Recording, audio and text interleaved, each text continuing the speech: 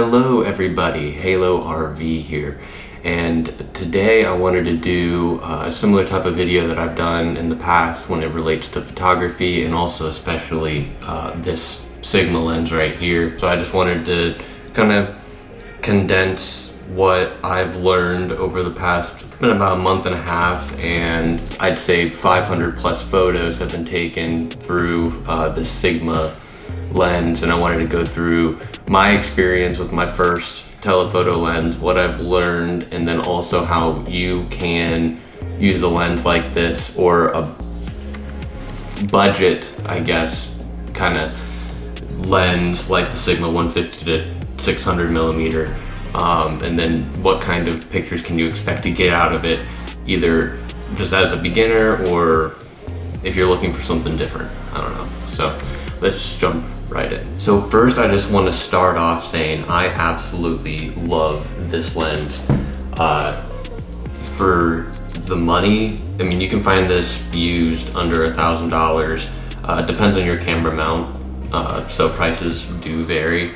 I have this for the Sony E mount. It's a beast of a lens for the price. The only problem I have with it, which I guess I can just talk about it now, is I got it used, so maybe it's not like this from the factory, but if you're trying to be very quiet but you want to zoom in or out very, very fast,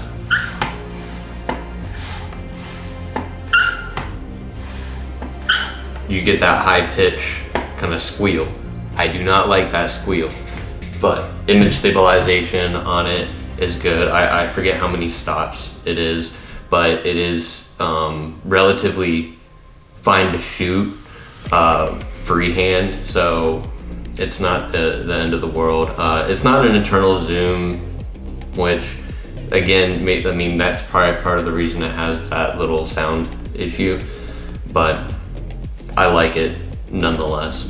One con that I did notice, and it was only in situations where a subject, like a bird, I'm gonna show this photo here, bird on a branch, and the exposure, even though the exposure was okay, the shadows and everything completely overrode the bird and the textures on the branch and all that.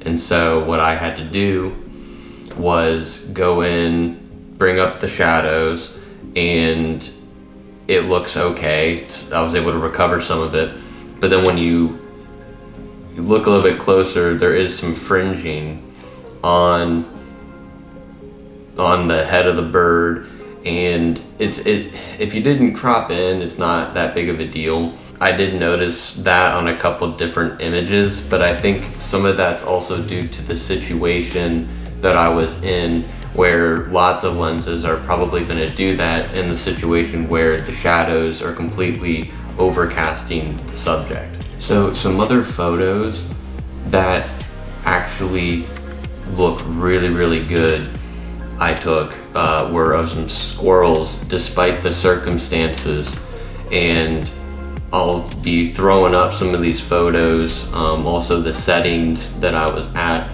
because you are going to be running into some limitations with this lens with the aperture. I mean, that's why you're not spending $6,000 on a lens that is 600 millimeters.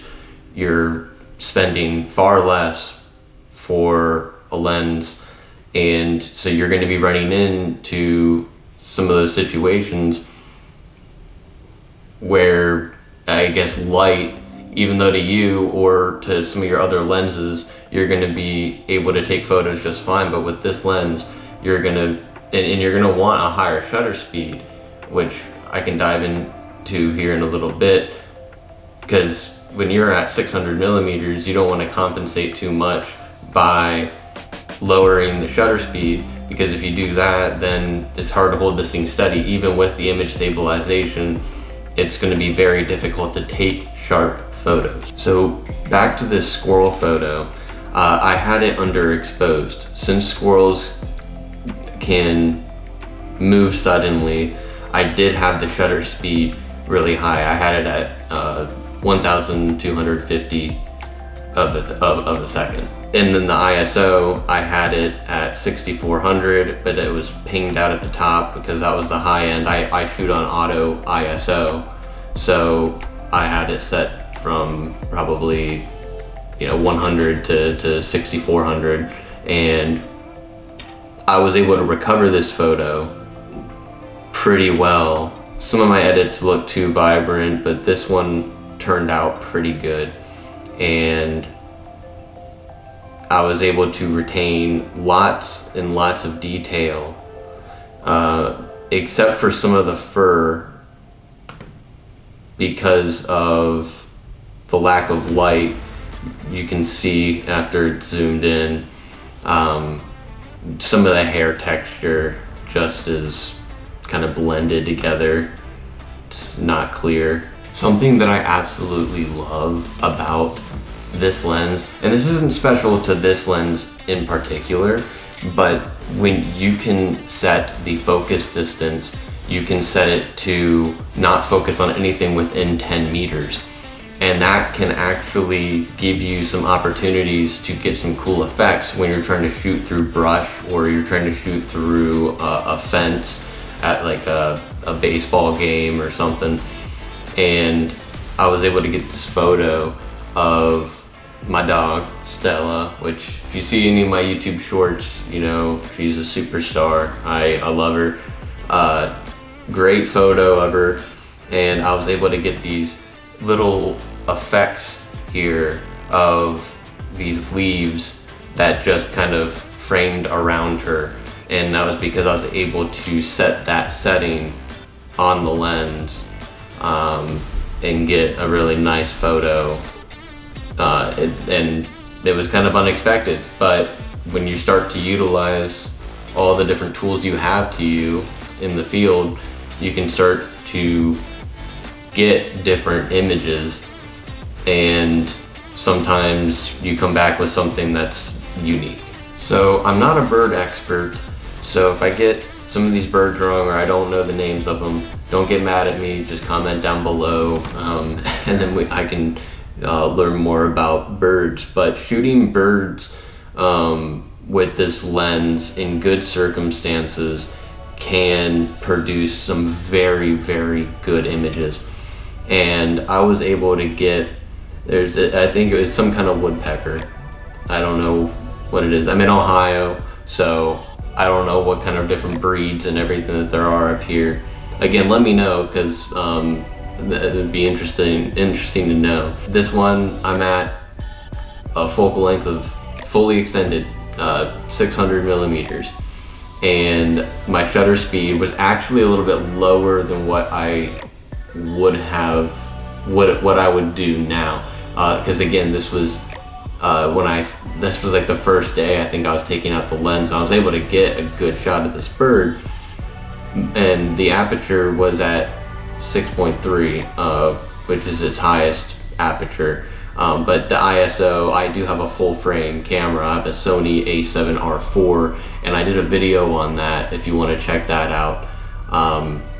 Great camera, but having a full frame sensor, being able to just capture some more of that light is definitely an advantage. In the original photo, I was able just to capture this because the autofocus or the continuous autofocus did a very good job of capturing this. So I just had to frame it better in post by cropping it in and increasing some of the shadows and whatnot to actually see some of the colors on the bird. And even though it's not the sharpest photo, it did turn out pretty good, and you got a really cool kind of action photo of that bird flying, and I think it turned out pretty well. And that's also with being kind of a novice. Again, I would do a higher shutter speed to try and get a little bit more of that sharpness and detail on the bird, especially if you're going to be cropping it in. That's going to be very important. All right, so this last photo I'm going to show here probably turned out to be one of the best ones that I took, also considering that I lived close to the location. I knew what settings I kind of wanted to set at. This was more recent after taking lots of photos with this lens. And there was this mallard duck, and the sharpness of this photo turned out very good because I was shooting at a shutter speed of 1/1600th of a second at 600 millimeters of a focal length, and the ISO was at 640. So it turned out very good, low noise. You really see some good kind of bokeh effects of the water above the duck's head, how things kind of blend together and mesh together very well. And it's really, really cool. And then the water, the wake behind the duck looks really cool, and how it's a still image of everything, kind of capturing the motion of everything and then blending together that background again. Like I said, it turned out very, very good, and it just shows you that you can get a very high quality image like this just by investing in a telephoto lens. Now, you don't always need to invest in just a telephoto lens. Doorbell went, sorry if you hear a dog barking. But you don't necessarily need a telephoto lens. You can use a 200 millimeter, just depending on how close you can get to your subject. But then you also do get a little bit of a distortion effect the longer focal length you have. And that's not a bad thing. It's when you're taking portraits, sometimes you don't want to be taking a portrait necessarily up really close to someone. Sometimes you want to back up and use a longer focal length, and then you can have the background fill in differently, and then also the features of the face and the way that the lens sees the face is different the further you are out, and it kind of gives a different impression. And that's true for just about anything you're shooting, and to keep in mind while you are. So that's gonna do it for today. I hope you guys kind of enjoyed this. I actually enjoyed doing this, and also kind of showing some of the photos that I've taken. And then also, if there's anything that you guys want to critique me on or let me know, because I'm still learning as well. I don't do this as a career, I do this as a hobby. I know enough to have some weight in the conversation, but I don't know everything. And sometimes you can be wrong all along about a certain concept and just not know it. And you can be learning photography for years, and then some kind of concept that you thought was true can turn out to not be as true. But yeah, so yeah, thank you for watching. I do some streaming in the evenings sometimes, either cyberpunk, body cam, completely different content from what I'm doing right now, but I do some streaming. So if you want to see any of that, definitely subscribe. I'd be pumped if you did.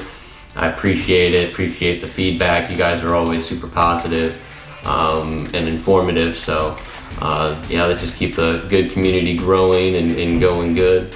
And I apologize for the echo in this room. Recently had stuff in here, and now it's not, so now it's like an empty room, and so it just reverberates a lot. So all right, well, that's gonna be it. Have a good rest of your day, have a good rest of your week, have a good rest of your month. I'll see you guys in the next one.